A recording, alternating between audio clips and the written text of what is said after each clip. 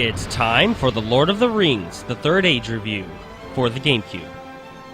I love Lord of the Rings. I've never read any of the books, but I thought the movies were fantastic. Now some of you may know that I don't really like movie games, but the Lord of the Rings games are an exception. And actually, this Lord of the Rings game is a bit different than the others, which we'll see in a bit. The story is about Barethor, the captain of the Citadel Guard of Gondor, who after wandering through the woods on his way to Rivendell is attacked by a group of ringwraiths. He is almost killed, but is saved by Idriel, an elf who joins up with him in his search for Boromir. If you're a die-hard fan of the Lord of the Rings, you will have already figured out that these characters are not in the book. According to Wikipedia, because, you know, we all love Wikipedia, the main characters in this game were based on minor roles or extras from the films. As you travel through, you'll meet up with other characters that will join your group. This game is a turn-based RPG, rather than the two previous Lord of the Rings games which are real-time RPGs. There are two ways of playing. There's the adventure mode where you will explore the region around you, finding treasure chests which contain items and weapons, and getting to your main destination. And then of course there's the fighting mode, where you will battle enemies of Middle-earth. You can play single-player or co-op in this game. If you play co-op, one of you will get to control two characters during the battles. The fighting system was very well done. When you first start out, each character has very few skills that they can perform from the two different skill sets that they each have.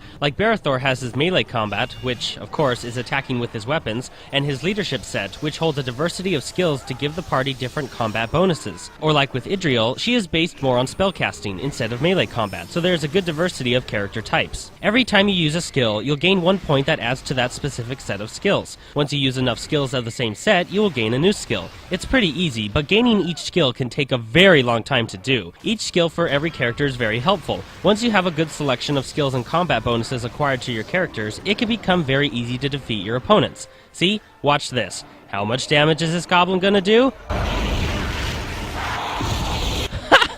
9 HP of damage? You fail. Try this on for size. Oh yeah.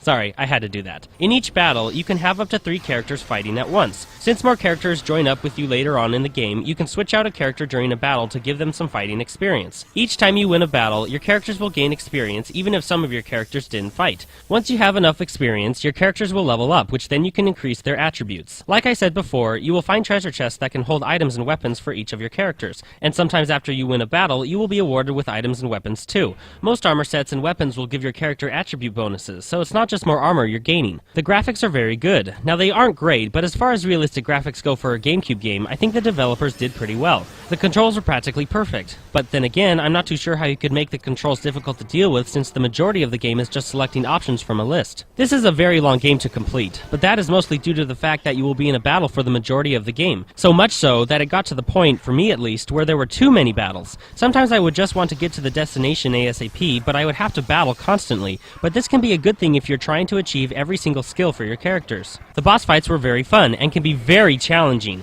A lot of the boss fights were actual epic battles from the movies, like fighting the Balrog with Gandalf. This is where die-hard Lord of the Rings fans would probably get a little upset, because if you've read the book or seen the movie, you will know that Gandalf is the only one who battles the Balrog. I really don't care that the game is not true to the books or movies. I thought it was still very fun. Plus, you get to play as Gandalf for a bit. How awesome is that? There are many extras like actual clips from the 3 movies, and there's even an evil mode where you can play as the bad guy. It's actually nothing really special, but it is pretty cool when you get to play as the Witch King of Angmar. The Lord of the Rings: The Third Age is a great game. Very good graphics, nearly perfect controls, very fun and addictive gameplay, lots of upgrades, awesome looking attacks, and many extras. The only downsides that I found were 1, the game can become too linear. The vast majority of the game is basically one straight line.